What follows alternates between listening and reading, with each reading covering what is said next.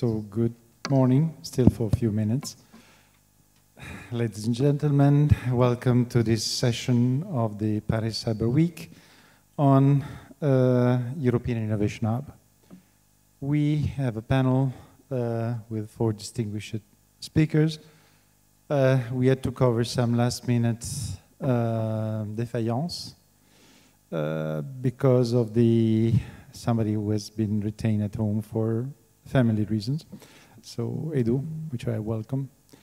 Well, I greet and take care of you. And then we have here today with us, from my right, Pascal Steichen, who is the CEO of Security Made in Lou.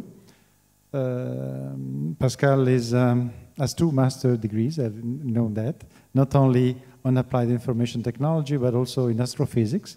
So he's looking far ahead. And so he actually worked also at Canal Plus in Belgium, and as a software engineer, and then in Luxembourg from 2002, and he's the managing director of Security Made in Lou, and really he has a full picture of what is happening in Luxembourg about cybersecurity, and is also cooperating as a member of EXO, the organization I'm Secretary General. We have Emmanuel Dotaro, who is the head of cybersecurity at Systematic, but it happens also to be a director of ICT and security labs at Telesecure Communication Information Systems. Emmanuel is also worked with me for many years, and he has a very strong knowledge in 5G, information, in AI, but also in all what is linked about the networks and so on.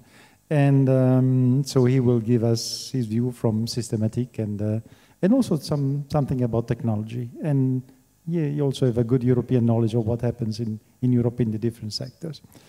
We have then, on my left, Olivier Vatnou. I always have problem to pronounce him. He is the CEO of Cybernetica in Estonia, but also president of Estonia Information Security Association. So I suppose you have a good view of what is happening in Estonia in this sector. And you have previously served as a strategy director of Government Office of Republic of Estonia and of CEO of Elicode Technology Competence Center. So you worked also around Europe, and you have a good knowledge of what Europe is.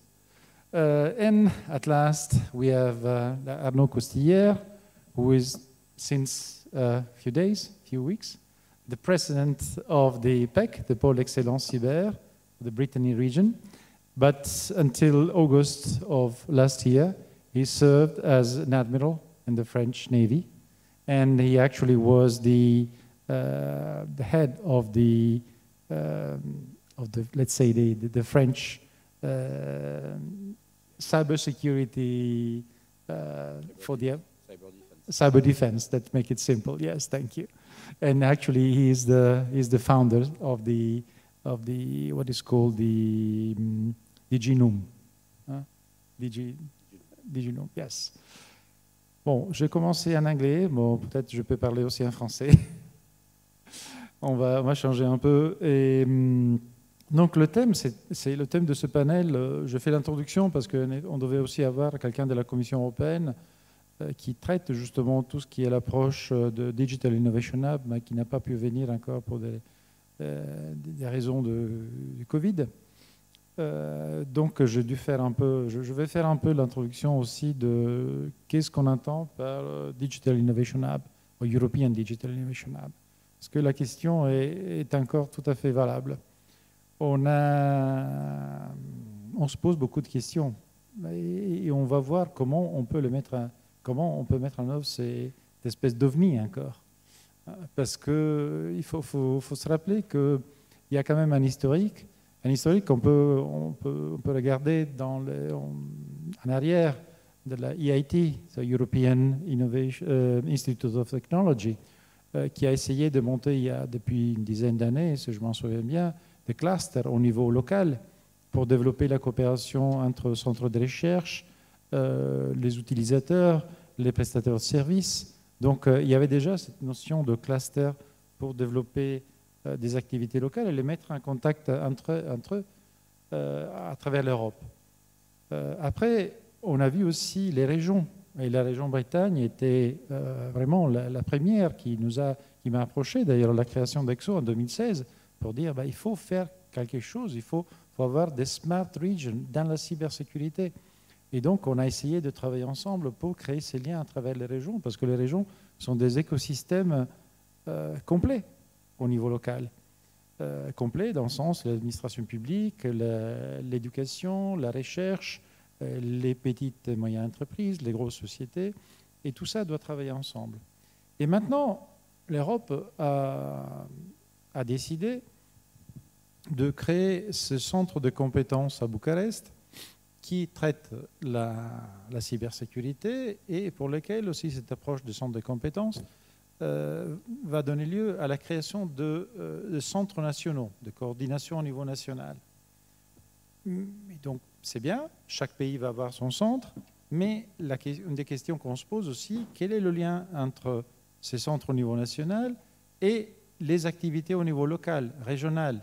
Donc, c'est Digital Innovation Hub, qui sont nés justement comme une évolution de ce que je vous ai raconté tout à l'heure, mais c'est encore quelque chose d'autre, de nouveau. C'est une évolution donc, de ces clusters, de ces approches régionales, qui vont vers des activités de développement de l'écosystème local. Et local, ça peut être d'une grosse métropole, mais aussi d'une région, mais aussi d'un pays, comme de la taille de l'Estonie. Donc, comment développer cet écosystème et surtout à faveur des PME, surtout à faveur de l'administration locale aussi, et créer de la valeur ajoutée et les lier à travers l'Europe. C'est pour ça qu'on ne parle pas seulement de Digital Innovation Hub, comme on les a vus dans un passé récent, mais European Digital Innovation Hub, c'est-à-dire qu'on va créer un lien au niveau européen, peut-être des spécialisations au niveau local, mais aussi avec une création de valeur ajoutée globale au niveau de l'Europe. Et donc le challenge, c'est de passer d'une vision peut-être parfois un peu trop bruxelloise à une application concrète. Et on va voir, on va commencer la discussion. Je vais demander aux différents intervenants de donner un peu d'abord une vision de ce qui se passe chez eux, donc une introduction de leur activité, de ce qu'ils voient, ce qui se passe, et du besoin. Et ensuite, on va avoir une discussion commune pour voir comment effectivement mettre ça en place et lier, une fois de plus, comme je disais, cette approche locale, régionale, à une approche qui va être nationale et européenne.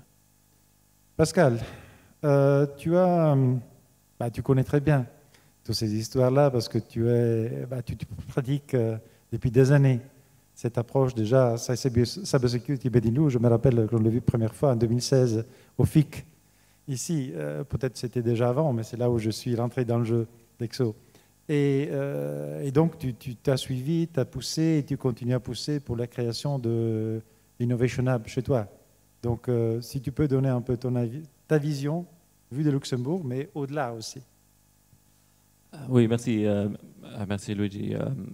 En effet, donc au Luxembourg, que vous tous, vous savez que c'est un tout petit pays, donc on va naturellement essayer de faire des synergies maximales entre ces différentes communautés à créer, je dirais comme ça.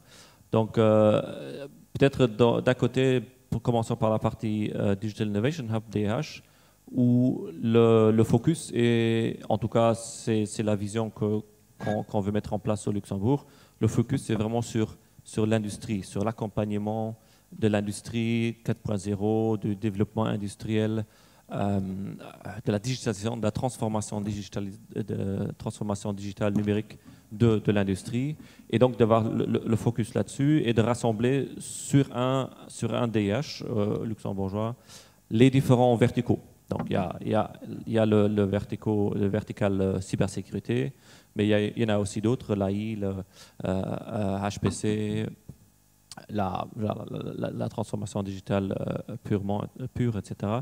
Donc il y a les différentes dimensions et je veux dire on a choisi de faire de faire une vue assez large, de ne pas spécialiser un DIH à la cybersécurité, comme on peut le voir dans d'autres pays ou dans d'autres régions.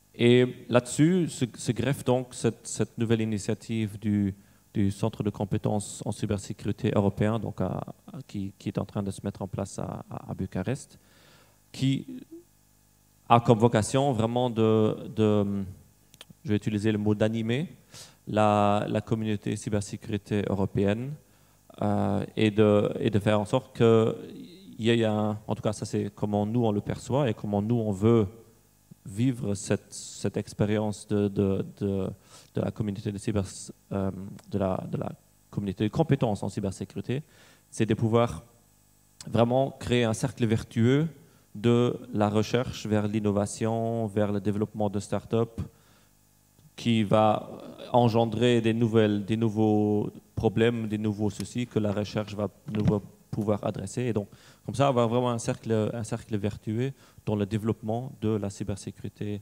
en Europe. Et ça, au niveau européen. Pour ça, nous on est très favorable qu'il va y avoir ce centre de compétences européen pour justement faire en sorte qu'il y a que tous ces développements qui se font à travers toute l'Europe puissent être, je dirais, coordonnés, puisse y avoir des synergies, etc., et que le développement puisse se faire vraiment en tant qu'Europe. Notamment si on se rappelle ce qui a été discuté hier par rapport à la gouvernance européenne, etc. Donc je pense que c'est un élément important pour arriver à cette sorte de souveraineté numérique qui est recherchée en Europe pour renforcer la force européenne dans la cybersécurité. Donc ça c'est un peu comment nous on voit les choses. Et il y a aujourd'hui naturellement le challenge pratique ou la situation que tout cela est en train de se mettre en place. Donc il faut vraiment arriver à trouver ce bon schéma entre le développement local, donc les DIH très localisés dans des environnements éventuellement déjà existants, la partie régionale, la partie nationale, la partie interrégionale même, et puis la partie européenne. Donc il y a vraiment ce continuum de structuration qui doit se faire, et surtout la communauté DIH qui doit pouvoir fonctionner avec la communauté des centres de compétences ou de la communauté de centres de compétences autour du centre européen, où justement la cybersécurité, c'est le sujet qui lie ces deux développements. Et je pense que ce qui est important, c'est de quand même bien faire communiquer, bien sensibiliser sur le fait que une transformation digitale sans cybersécurité, ça ne sert pas à grand-chose. Donc je pense que les liens sont très intrinsèques, et je pense que nous, en tant que communauté de cybersécurité, on a vraiment on a ce message à faire passer, on a ce devoir de sensibiliser le secteur de l'ICT de manière générale, je dirais, pour aller vraiment vers l'avant et de collaborer sur ces sujets de cybersécurité dans le futur beaucoup plus poussés qu'on peut le voir aujourd'hui. En tout cas, au Luxembourg, c'est un peu le cas. Donc, vraiment, on veut profiter de cette dynamique pour renforcer ces collaborations. Thank you, Pascal. So we see this challenge, which is to cover the different steps to grow up from local up to European. This is indeed one of the challenge. And before moving from Luxembourg to Estonia, to remain at the country level, I would like to complexify the story a little bit, just to giving you some information, a bit more information, what the Commission considered as Digital Innovation Hub in this sector, because the Commission has launched, or is going to launch actually, a call for proposal for European Digital Innovation Hub on 3 main areas, as Pascal was mentioning: cybersecurity, high-performance computing, and artificial intelligence. So it is requested to all the countries to structure to create some digital innovation hub, and each country has to select a number of hubs, or pre-select a number of hubs, on these three topics, which then can be declined in the different sectors or in different other supporting technologies, so it could be quite complex. This digital innovation hub could be specific to one topic, could be specific to high-performance computing or cybersecurity or hybrid, tackling different topics at the same time. And this digital innovation hub, they could ask for, bid for money for the European Commission, and the European Commission could fund 50% of the cost of this hub for a period of 3 years, if I remember correctly, which could be extended to 7 years. And the other 50% should be contribution from the country, which is hosting the hub. So at the end, they are envisaging to have something like around 300 hubs, innovation hub across Europe. So it's quite a big network that is going to be created, and there will be actually what they call an accelerator, which is somehow created the network across different digital innovation hub. And let me say, just pro domo mea, I will say the Latins, that for EXO, we are already trying to, of course, driven by Brittany, to federate those digital innovation hub, which are specific to cybersecurity. So, and we are providing some secretariat support to this approach of federation, which is today driven by Brittany. So this is part of the story. So you see, okay, I said these are three main areas: cybersecurity, artificial intelligence, and high-performance computing. And these digital innovation hubs are requested to look at 4 main areas, which is test before invest, which is somehow not only testing, but also awareness raising, maturity, demonstration, and the future vision of where we go. The second topic is skills and training, because we need competence in this area. Support to find investments, so investment to develop, but also to implement, especially for SMEs. And innovation ecosystem and networking. So we have awareness, skills, investments, and networking. So these are the 4 key components when you want to build a digital innovation hub, according to the Commission, according to what the Commission is asking for, to give some funding to this innovation hub. Okay, this is just to give you some more complete picture of where we are supposed to go, as seen from Brussels. Now let's come back to the real life. Estonia. What can you tell us about what is happening? What is the vision and the structuring of Estonia in this sector? Thank you, Luigi, and thank you for the organizers of the Paris Cyber Week for this extended invitation to participate for another year. It's been a really enjoyable experience thus far. When we talk about Estonia and our kind of IT community, then of course we have to say that we are very, very small, and that comes with peculiarities, or that kind of sets us some really, the framework on where we are playing. It's amazing to say that we are actually a little bit bigger than Luxembourg, so I cannot take all the credit here for the smallness of our society. When one looks at the development of the Estonian IT community or our IT story, then one thing is for certain.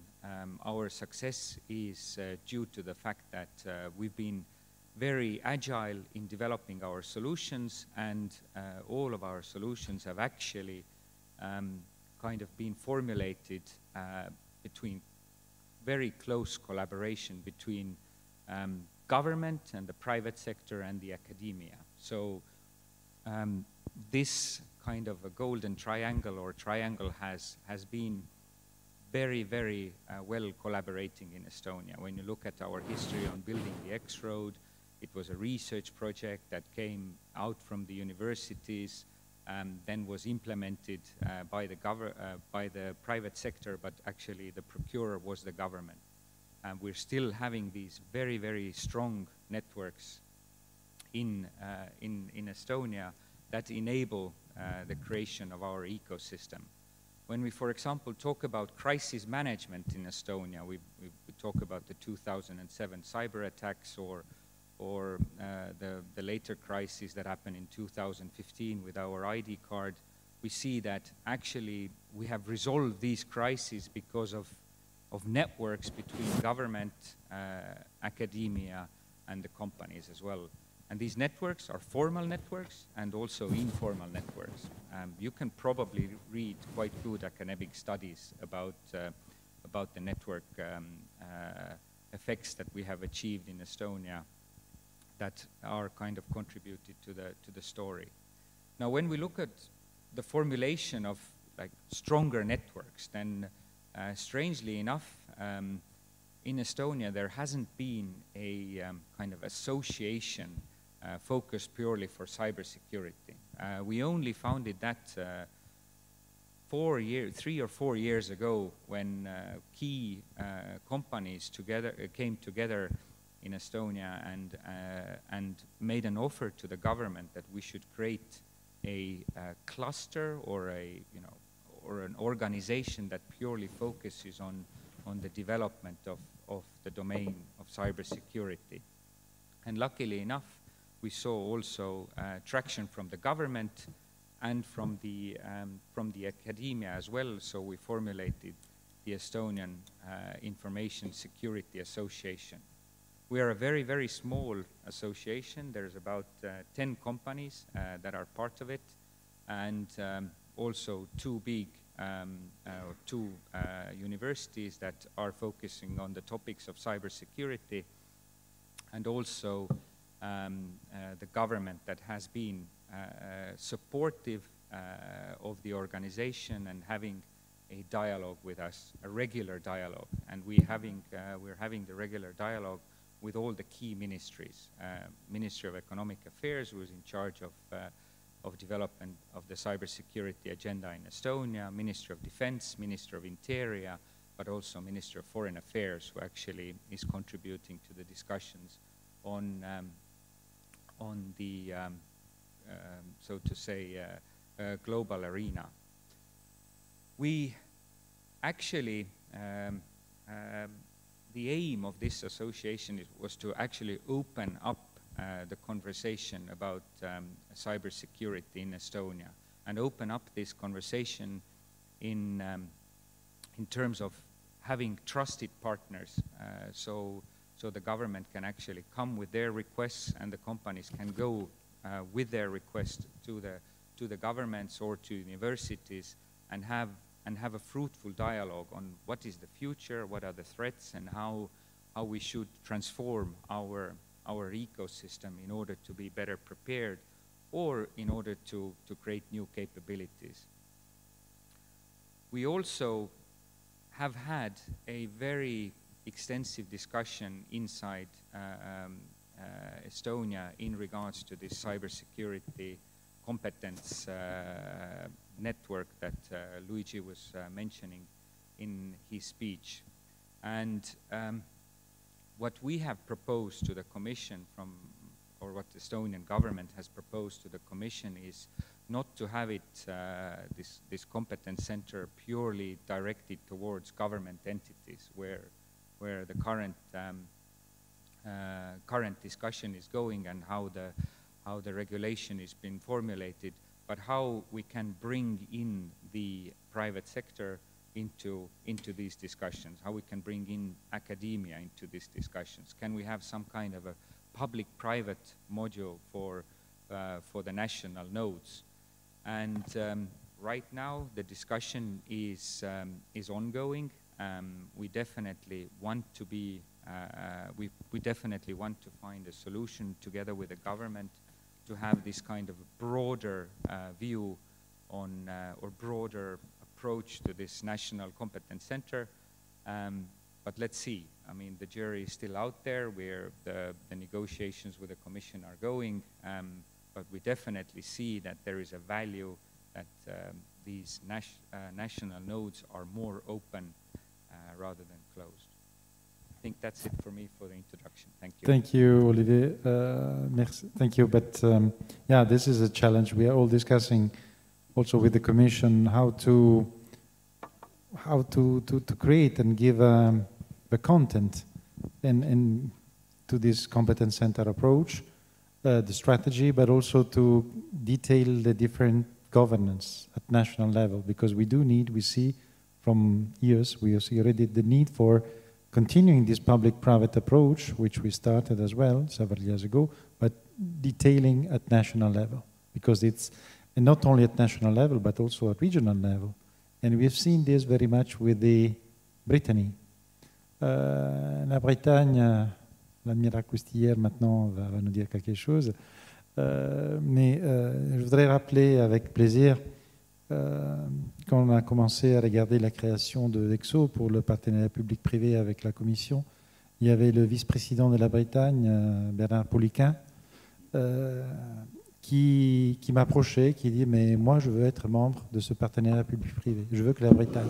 Je n'avais pas du tout pensé qu'une région, au-delà de, donc, et pas une industrie, et pas un centre de recherche, et pas une université, qu'une région pouvait vouloir être membre d'un partenariat public-privé. Mais en réalité, une région, c'est déjà un partenariat public-privé, parce qu'il y a des contacts très étroits entre les institutions et l'activité réelle dans l'écosystème local. Donc, je demande à l'admiral Coustillère de nous dire un peu plus sur la Bretagne. Il a eu une vision nationale jusqu'à il y a quelques mois, mais il était toujours un supporter de la Bretagne. Donc, oui, merci. Merci Luigi. Moi, je suis très heureux d'intervenir aujourd'hui en tant que président du pôle d'excellence, fonction que j'ai prise il y a une quinzaine de jours. Mais en fait, je voudrais surtout témoigner de cette aventure de ce pôle d'excellence pour que ce soit quelque chose livré à la réflexion, et notamment à la réflexion des personnes qui nous écoutent et à la réflexion des autres régions.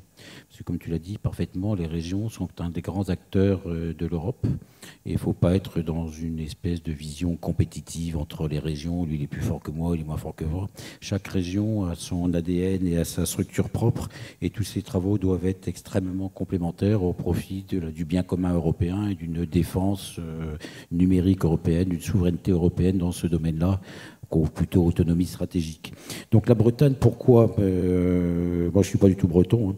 Donc ce pôle, il a pris son origine en 2012 quand on a construit la cyberdéfense des armées, en se disant la première complexité, ça va être la formation, ça va être les ressources humaines, ça va être de créer un écosystème dans lequel les gens vont rester, vont pouvoir tourner. Donc c'était ça l'idée. Donc un écosystème avec une double vision, un ancrage régional, un ancrage local, mais aussi une dimension nationale et européenne dès le départ. Et les actes baptismaux de ce cluster, c'est tout d'abord le grand plan d'action pour la Bretagne qui a été signé par le Premier ministre en 2013 et le pacte défense cyber qui a été signé aussi en 2013 qui prônait le développement de la cyberdéfense dans les armées françaises de façon extrêmement importante. Et ensuite, donc, ça a été fondé à partir de 2014. Donc aujourd'hui, ça fait un peu plus de 6 ans. Donc c'est intéressant d'avoir un petit peu un regard sur ce que ça a donné, quels ont été les fruits qui ont été portés par ce pôle. Il y a d'autres clusters en France, bon, je parle systématique, qui avaient une autre ADN, mais qui sont totalement complémentaires. Donc c'est bien quelque chose à vocation nationale et européenne, ancré en Bretagne, et qui s'appuie sur l'excellence du ministère des Armées, qui est mis au profit de la communauté nationale, non pas dans une vision fermée, mais dans une vision d'ouverture, et notamment avec ces thématiques. Le ministère des Armées est un partenaire extrêmement proche. Qu'est-ce que l'on retient au bout de 6 ans ? On retient que pour l'instant, c'est quasiment plus de 8000 emplois en Bretagne, dont 3500 à peu près du ministère des Armées, autour du ComCyber, mais aussi autour surtout de la DGAMI, qui est le creuset du numérique du ministère des Armées et le creuset de la cyberdéfense. C'est l'ANSSI qui arrive très prochainement, puis d'autres services de l'État qui vont s'installer très prochainement. Donc le nombre de services de l'État représentés autour de la plaque de Rennes ne va faire qu'augmenter. C'est pour la région, en gros, un chiffre d'affaires de ces entreprises de l'ordre de 1 milliard d'euros. Et puis c'est surtout le troisième volet, la formation et la recherche, et c'est plus de 3500 élèves, ingénieurs formés chaque année. Quand vous regardiez ces chiffres en 2012, je ne me suis pas amusé à les faire, mais c'était qu'effectivement, il n'y avait rien, à peu près. On parlait de télécom, on ne parlait pas encore de cyberdéfense ou ainsi de suite. Et puis, des résultats très concrets, en 2020, c'est 10% des startups françaises de la cyber qui sont à Rennes. Donc, si on prend toute la Bretagne, on a un tout petit peu plus. Les 60 autres % sont sur la plaque parisienne. Et les autres grandes métropoles, métropoles françaises dépassent peine 1 à 2% du nombre de créations. Donc, vraiment, le premier fruit, c'est vraiment la création d'un écosystème, puis qu'il y a des relations, notamment avec l'Estonie, avec le Luxembourg, et ainsi de suite. Quelques initiatives. Le premier, on peut penser à la Cyber Factory, qui est un incubateur du ministère des Armées. Intéressant, parce qu'elle a donné des produits comme une start-up qui monte, qui vient de lever des fonds, qui s'appelle Glimpse, extrêmement précise dans la vérification des logiciels. Et puis une autre start-up qui monte, qui s'appelle Sahar. Intéressant, Sahar est basé à Paris. Ils ne font qu'incuber un projet avec l'aide de la Cyber Factory à Rennes. Glimpse était dans la Cyber Factory. Donc ça montre bien que ce n'est pas quelque chose qui est centré, tourné, fermé, regardé vers le bas. Autre initiative innovante, c'est l'European Cyber School, qui est la première école en Europe qui a aussi recherche et formation, qui vient d'ouvrir à Rennes. Et puis, dans le cadre de la stratégie cyber nationale, je reviendrai, le France Cyber Booster, qui aura un pied en Bretagne, une structure unique, avec un pied autour de Rennes et un pied à Paris dans le campus cyber. Toutes ces actions sont absolument complémentaires. Le PEC, c'est quoi? Finalement, c'est un rassemblement de quelques grands industriels, de PME, de grands OIV aussi, parce que ce sont eux des consommateurs de sécurité. Et tout à fait, il faut pas réconcilier, mais la cyber n'a de finalité que parce qu'elle vient sécuriser l'IT. La cyber n'est pas sa propre finalité. Donc le lien avec l'IT, le lien avec des organismes comme le CIGREF sont extrêmement importants parce que finalement, c'est eux les clients. Ensuite, des écoles et des centres de recherche. 3 grands axes au départ, la formation, la recherche et le développement, puis la recherche et la R&D, puis le développement. Quelles sont les prochaines étapes de ce PEC? Quelles sont les grandes lignes directrices de l'action des quelques années à venir? Ça va être première action, un lien national, avec un lien très fort à créer, à mettre en place avec le campus cyber, qui va être le hub national, qui va, j'espère, drainer tous les clusters des différentes régions derrière lui et de tas de projets entre les grandes sociétés et tout l'écosystème des PME et des startups, parce que c'est eux qui portent l'innovation. Tout ça, finalement, c'est la même finalité, c'est le même écosystème. Donc, on travaille tous pour un bien commun. Et dans ce cadre, la French Cyber Booster, qui vient d'être sélectionnée, qui est coordonnée par les services du Premier ministre et l'autorité de William Lecat, qui, je ne sais pas s'il est dans la salle, mais en tout cas, il est dans nos bureaux aujourd'hui. C'est une structure nationale dans laquelle, quand le privé met 1 euro, l'État mettra 1 euro pour aider le développement, l'incubation et l'accompagnement de start-up, du début du projet quasiment au passage à l'échelle. Et on sait très bien que dans une start-up, ce n'est pas l'idée qui est difficile, c'est bien le passage à l'échelle au bout de quelques années pour être capable d'avoir des chiffres d'affaires qui dépassent 3, 4 euros. Et c'est pour ça que le marché, il n'est pas en région. Il est juste en France, il est surtout en Europe. Donc cette structure qui vient d'être choisie, le consortium a été aujourd'hui retenu, aura un pied autour de la région de Rennes et aura un pied dans le campus cyber.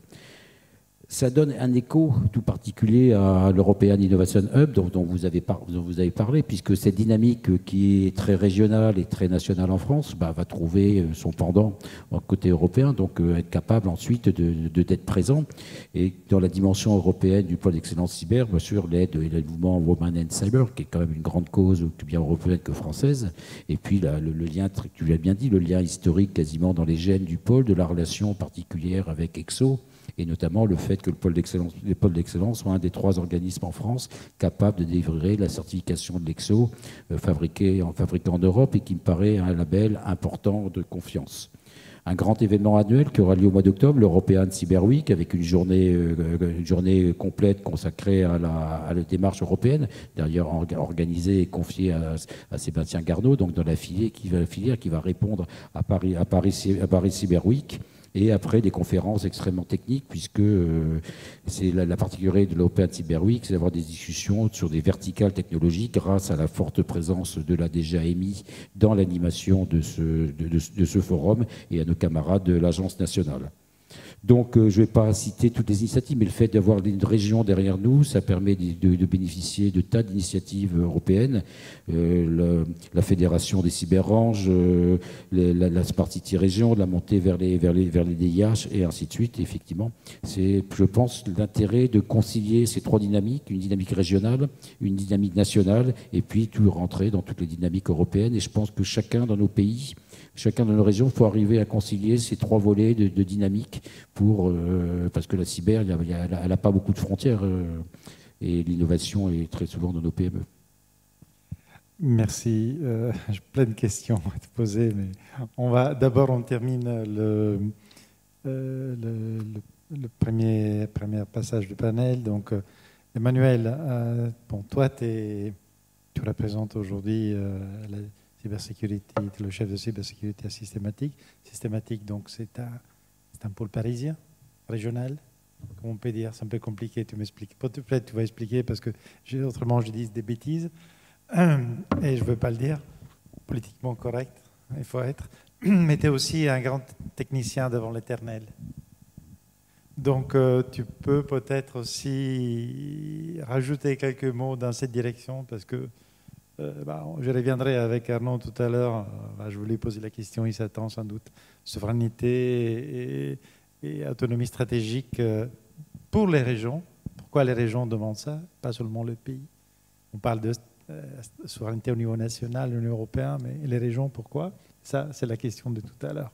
Mais toi aussi, déjà, poser les jalons du point de vue technologique et stratégique. Merci d'abord à Sébastien et à Paris Cyber Week de me donner l'opportunité de parler. Merci Luigi pour l'introduction et merci aux intervenants qui me font revivre quelques expériences personnelles. J'avais fait un lancement d'un projet dans le bunker du ministère des Télécoms au Luxembourg il y a un certain nombre d'années. Je suis allé à Tallinn grâce à Sébastien d'ailleurs, visiter Cybernetica, Guardtime et les installations étatiques pour avoir une visibilité sur c'est ce qu'ils faisaient là-bas. Et nous avons des relations récurrentes avec le PEC et personnellement quelques interactions à Bru, plus localisées dans les environs de Rennes. Alors, oui, je vais essayer peut-être de décrire rapidement ce qui est un pôle de compétitivité. Donc on en avait un certain nombre en France, on en est à la 4e génération des pôles.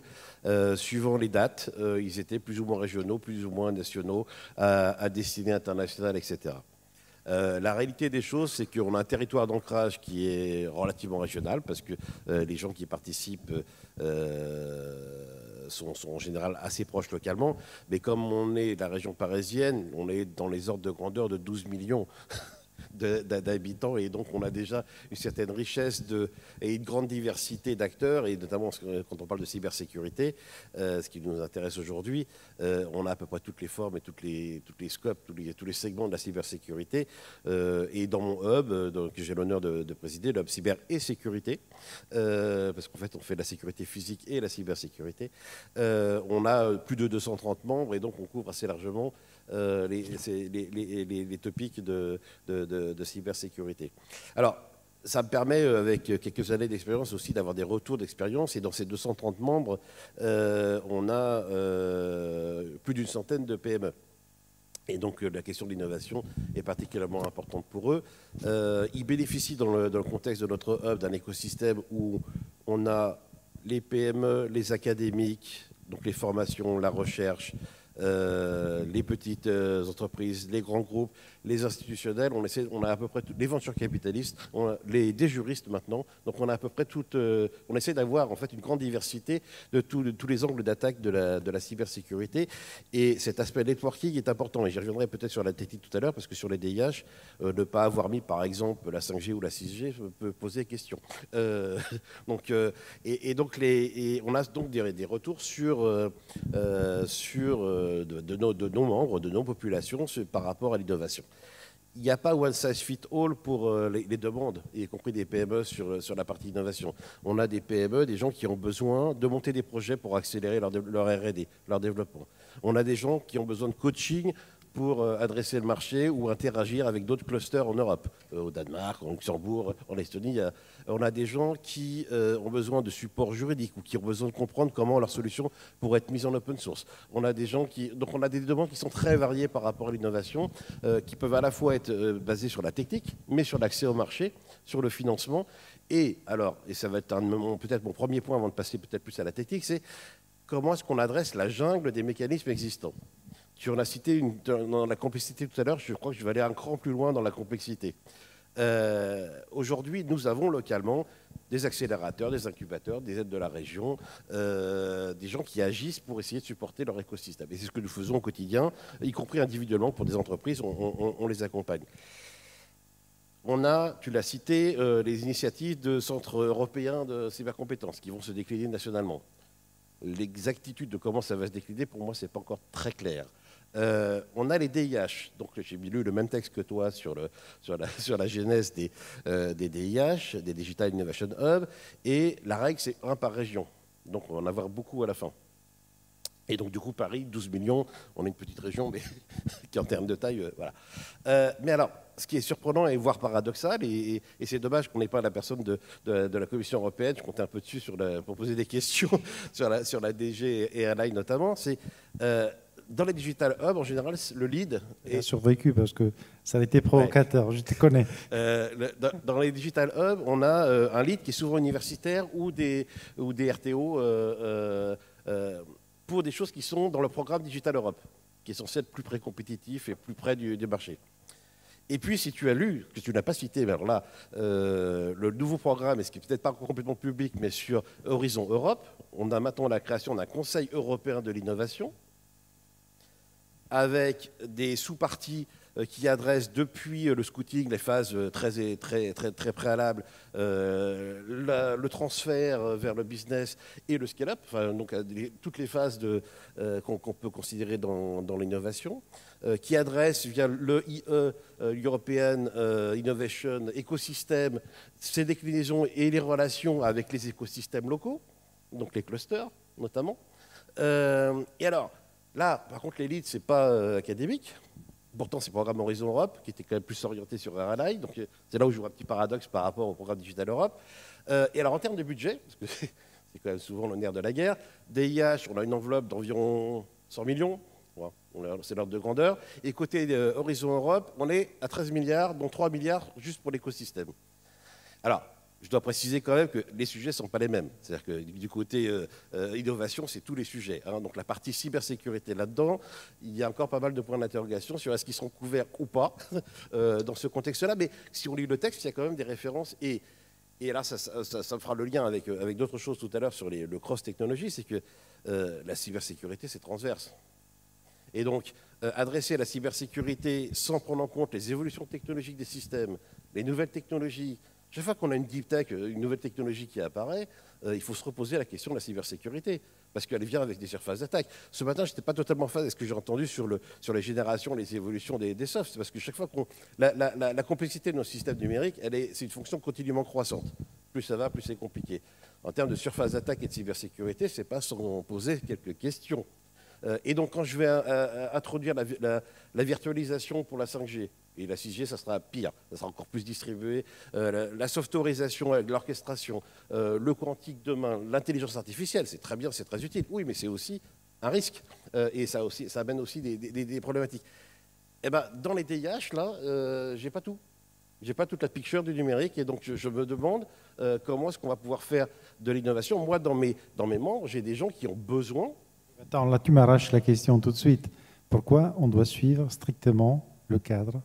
Alors, peut-être qu'on ne le suivra pas et que naturellement il y aura une forme de... On va décanter et on va se servir des outils de façon plus intelligente. Mais moi j'ai clairement des membres qui ont besoin, qui ont des idées, qui ont un morceau. Quand on est une PME, on n'a pas la big picture, hein, on n'a pas la solution globale pour tout le monde. Mais par contre, des fois, on a des idées et on le fait notamment, enfin là, avec ma casquette plus Thales, mais dans le cadre de Station F, quand je discute avec des gens qui sont dans l'accélération ou dans le scale-up, ils ont des idées. Moi, j'ai plein d'idées d'applications. Mais eux, ils ont la technologie, ils ont leur morceau qu'ils maîtrisent, ils n'ont pas forcément toutes les idées d'application. Et les accompagner vers d'autres domaines, soit d'application, soit de façon concomitante avec d'autres technologies, c'est quelque chose que doit apporter l'écosystème de l'innovation. Les DIH en tant que tel, aujourd'hui, je ne sais pas. Le Conseil européen de l'innovation, encore moins, parce qu'on a un texte très générique aujourd'hui, mais il y a de l'argent, ce qui est nouveau, y compris des possibilités de financement direct des PME qui sont prévues, qui n'étaient pas là dans le passé. Comment ça va fonctionner, je ne sais pas. Mais alors, tout ça pour dire simplement que l'écosystème est très compliqué et qu'on a un premier problème qui est comment est-ce qu'on s'y retrouve par rapport à cette jungle de dispositifs. Et clairement, les PME, les petites entités, n'ont pas les moyens d'avoir des gens full-time pour comprendre ces évolutions-là et adresser ça.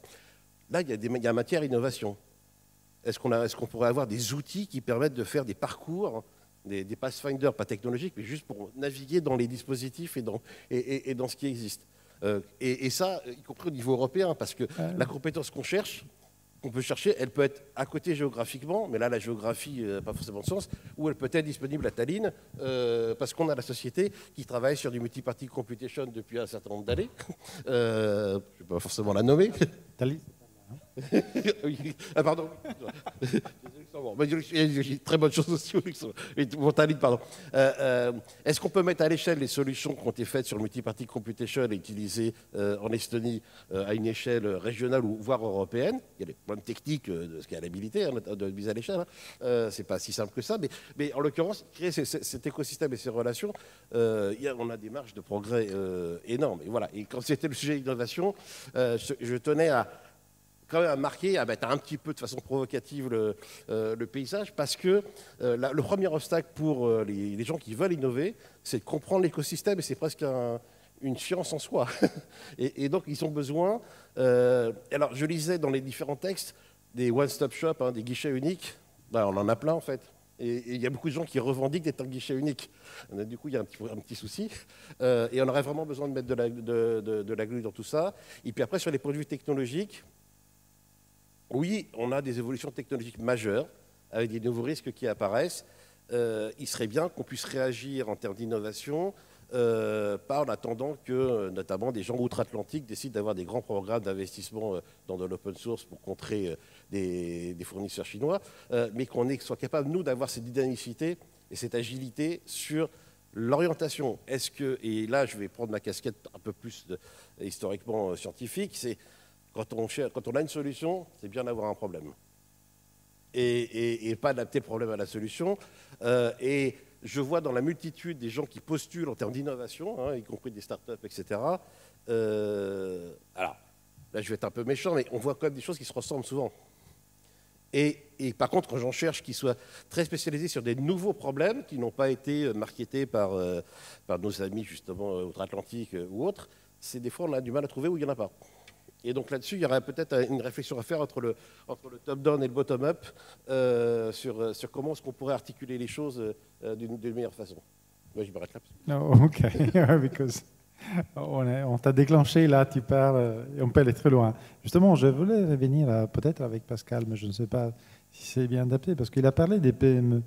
Les PME, très souvent, on regarde la problématique, les problèmes des fournisseurs, des PME fournisseurs, mais aussi la énorme, je dirais, la quantité énorme de PME comme utilisateurs de cybersécurité.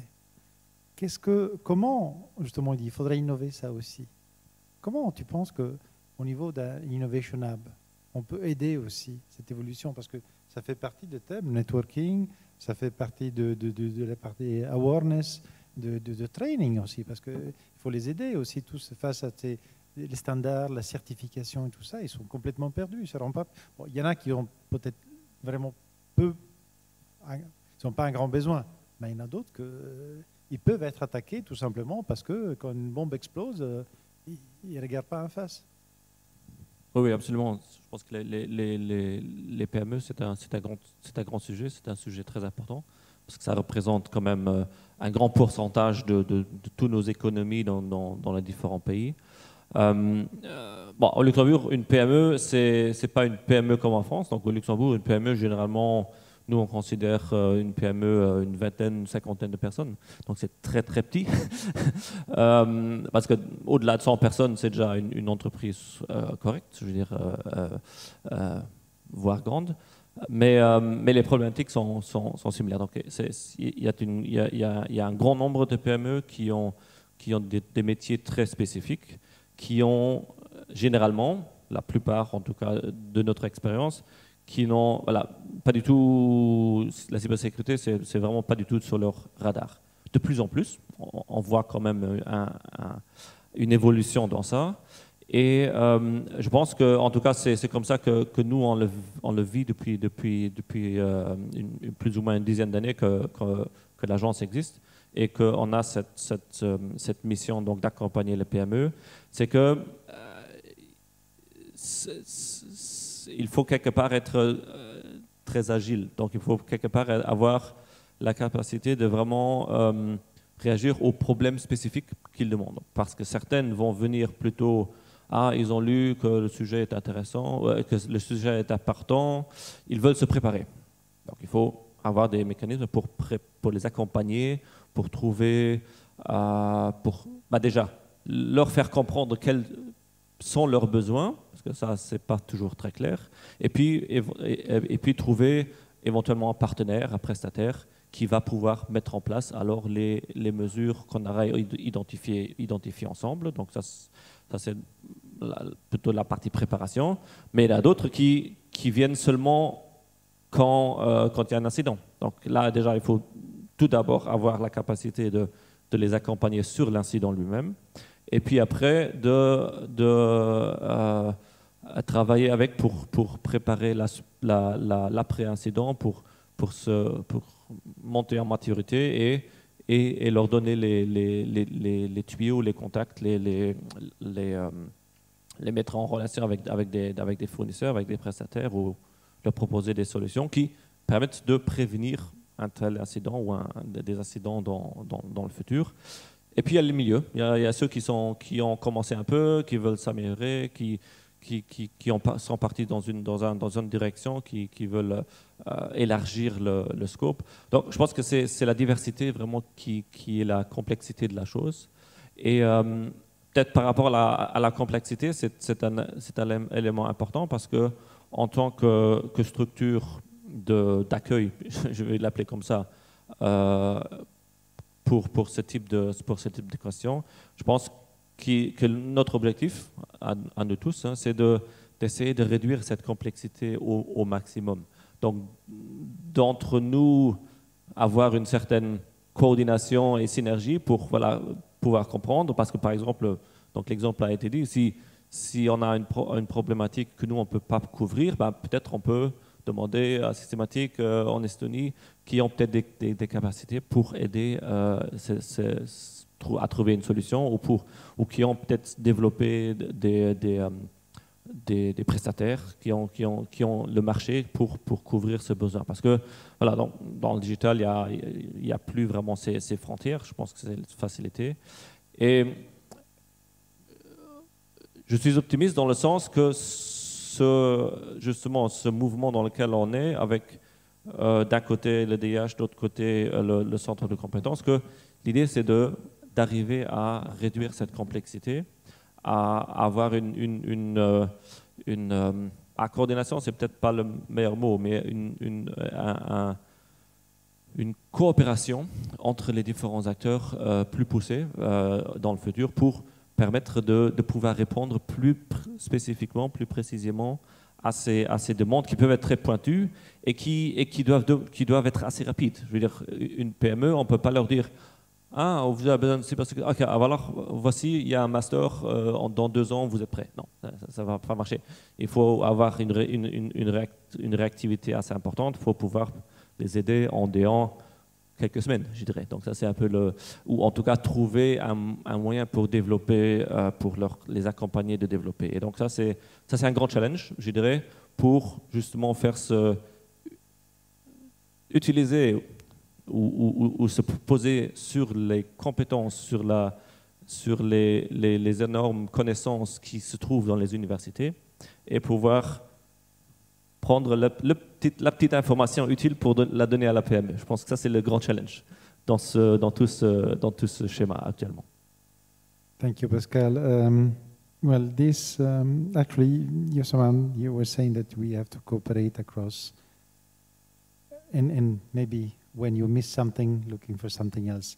This is somehow the idea which I mentioned started in Brussels many years ago with EIT, this idea of partnership, really partnership, starting from local and go to European. But it's a matter of maturity, because you have to mature to understand that you need it, that you can look outside, not invented here, and that somebody else, and you have to be informed that somebody else has this skill, that can cooperate with you, be your partner and grow.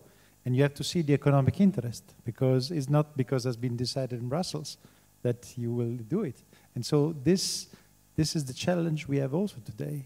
How far can we go with this new push, financed also by Brussels, and really make it real and not just a politically correct enterprise?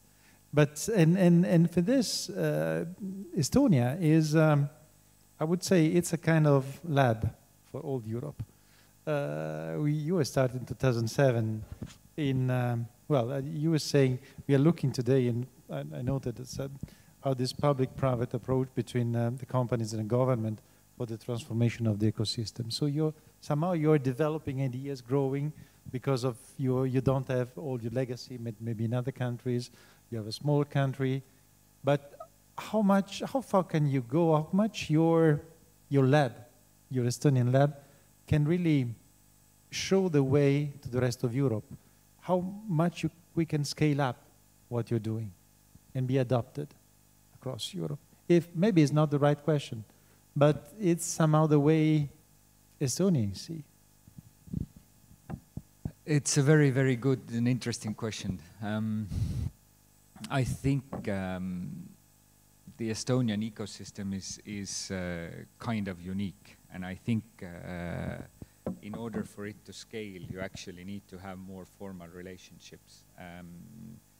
I don't think that the same type of environment would work in a bigger country. It cannot be taken from one context to the other. I mean, we have also, tried to cooperate in cybersecurity cross-border. For example, we tried to create a Nordic cluster, tried to create a bilateral relationship with the Finnish cluster, the Swedish cluster, etc., etc. But it's not an easy task. It is not something that will survive by itself. It's completely different. Well, the aims of the organizations are different, and we don't have this one goal of that we need to, protect or that we need to formulate our opinions behind. So I think in the European context or in other contexts, it's actually absolutely crucial that there is a drive to push for the formulation of these networks. These networks are a little bit like public good, common good, in a closed environment where we have our self-sovereignty as the main goal. It works, but from a larger context, for example, let's talk about Scandinavian joint cyber cluster. You need a kind of a cross-border common good initiative to actually support that. And I think here, European Commission or the Nordic Council or organizations like that have to really drive this. Of course, companies can find themselves, can find partners, but that's for business reasons or for technological reasons. But it doesn't look at the kind of wider concept of development of a cluster or an ecosystem per se. I mean, Cybernetica, that I work daily, we work in 35 countries, but we don't think in the term of developing an ecosystem or how we can contribute there. When you go to a country, we either want to introduce our technologies to the customer, or we want to acquire a certain skill that we are lacking that we would like to introduce to another ecosystem. So I think that there is a clear role for government intervention or an international organization like the European Commission intervention for creating these kind of networks, for creating these kind of clusters. They do not easily, you know, they are not the thing by themselves. If you look at, for example, other countries or other regions that have been really successful in cybersecurity, #1 in the world, Israel, they are working day and night to create that ecosystem. And that is not a privately led initiative. It's an initiative that is led by the Israeli government or the Israeli armed forces, actually, in order to first of all open the discussion of what is happening in the cyberspace, what do we need to protect, what are the threats, etc., etc. Then bringing in the universities for talent creation, research projects, and then bringing in the venture funding for creating these ventures and for accelerating the growth of these ventures. Very similar models in United States. If you look at the cybersecurity, where the cybersecurity comes from, it's either, you know, government related or banking related or critical infrastructure related, but there is a very, very strong, usually a very, very strong government involvement behind these initiatives. Okay, thank you. So your message is clear. It's not automatic. It should be really supported by public side. Now, let me come to, no, because I already anticipated la question qu'on a fait tout à l'heure. Pourquoi un écosystème local, régional, aurait besoin de plus de souveraineté, de plus d'autonomie stratégique, technologique, tout ce que... Même pour moi, et d'ailleurs, il n'y a pas que ça. Pour moi, il n'y a pas que la technologie qui compte, c'est aussi compte les compétences des hommes. Oui, non, mais je crois que ça renvoie au fond du débat, qui est le côté révolutionnaire du numérique qui s'invite dans tous les pans de notre société, qui fait que c'est devenu quelque chose de beaucoup plus sociétal, un enjeu de puissance et d'autres. Et quand on regarde un petit peu plus en détail, c'est le point focal, c'est la donnée. C'est la donnée et ses métadonnées. Et je pense que chacun d'entre nous doit savoir ce qu'il en fait. Donc quand on revient sur cette affaire souveraineté, le mot est peut-être mal choisi, c'est ce bien commun, ce bien qui nous appartient profondément, ou que nous confient nos amis. Quand nos amis nous confient un numéro de téléphone ou nous confient quelque chose, qu'on le redonne à un tiers, c'est des choses un peu nouvelles, sans s'apercevoir que ce tiers on fait des tas de choses fort intéressantes. Donc c'est des réflexions qui doivent être conduites au niveau personnel. Aujourd'hui, qu'est-ce qu'on donne à WhatsApp? Est-ce qu'on peut faire confiance? Est-ce qu'on a confiance? Est-ce que c'est grave? J'en sais rien. La réponse appartient à chacun. Au niveau des entreprises, puis au niveau national. Quand au niveau national, on comprend bien quel est le rôle de la souveraineté, de tout ce qui va toucher à la défense, des enjeux de pouvoir. Quand on regarde l'Israël, effectivement, Israël, c'est une nation en guerre. Donc, ils se sont mobilisés pour faire la guerre dans cet espace. Donc, ils ont vendu l'innovation, mais ils vendent de l'innovation, ils vendent des modèles économiques extrêmement intéressants en passant par les États-Unis. Mais la R&D reste en Israël. Et c'est ça qui est génial dans le modèle israélien. Voilà, je ne pourrais pas trop revenir là-dessus. Mais la région là-dessus, elle a un rôle extrêmement important en matière de développement des entreprises. Et puis elle a un rôle, puisque l'État lui a délégué un certain nombre de choses. Donc elle a un rôle dans les collectivités territoriales. Dans les régions, nous avons des élus qui nous représentent.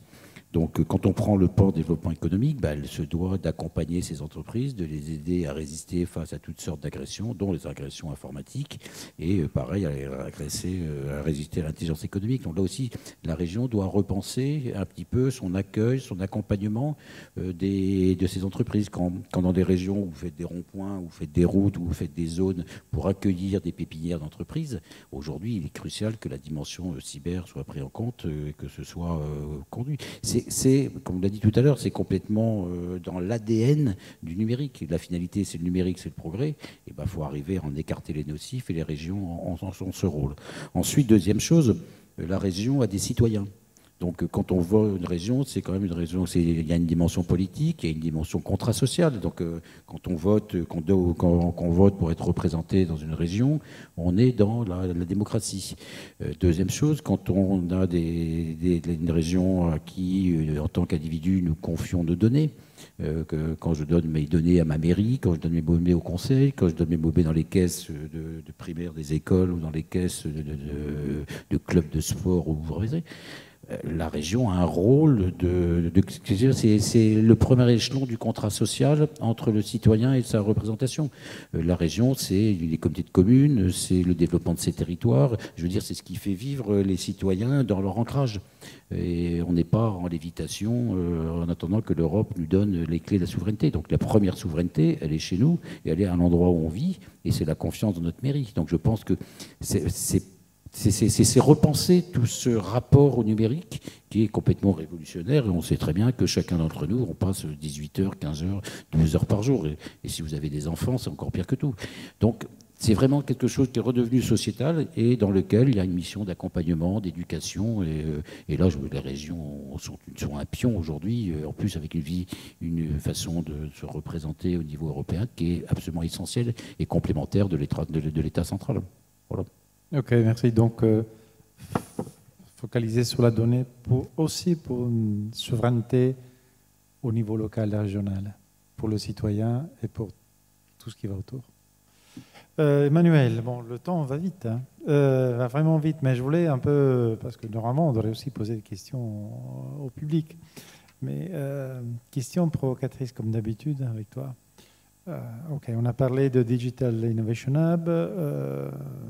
On sait très bien que ce n'est pas évident à mettre en place. On a dit que, Oliver a dit qu'il faut quand même le soutien de l'administration publique.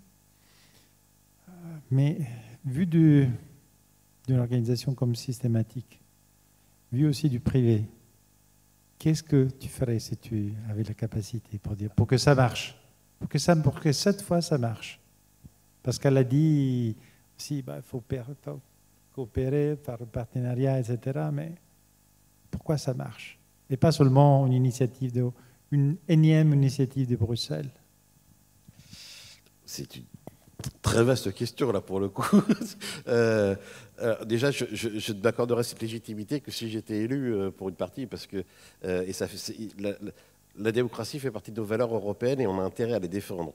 Et justement, c'est quelque chose qu'on va mettre en avant par rapport à d'autres régions du monde, y compris dans nos solutions, les valeurs qu'on défend. Donc je mettrais ça déjà comme contrainte d'entrée, en termes de, pas de contrainte justement, aujourd'hui sur GDPR, tout le monde est content. Mais quand on en discutait au début, qu'est-ce qu'on n'a pas entendu sur vous voulez faire quelque chose de seulement européen, vous n'y arriverez jamais. Google n'a pas dit oui, donc vous ne pouvez pas le faire. Bruxelles parfois a raison. Oui, mais alors à Bruxelles, il y a beaucoup de gens qui passent dans le métier d'influencer aussi d'accord. Donc, qu'est-ce que je ferais? Il y a quelque chose qu'on fait mal, vraiment mal. Enfin, il y a plusieurs choses qu'on fait mal. On n'apprend pas du passé. Et donc, on a dépensé des milliards dans des différents dispositifs au niveau européen, avec des choses excellentes, quelquefois plusieurs fois la même chose. Et les outils pour capitaliser ce qui a été fait, finalement, c'est assez maigre. On apprend, mais on oublie vite. On oublie vite. Ça, c'est la première chose. La deuxième chose, j'en ai un peu parlé tout à l'heure, c'est bien choisir nos combats. Et donc, trouver des bonnes solutions, c'est souvent parce qu'on a bien posé le problème.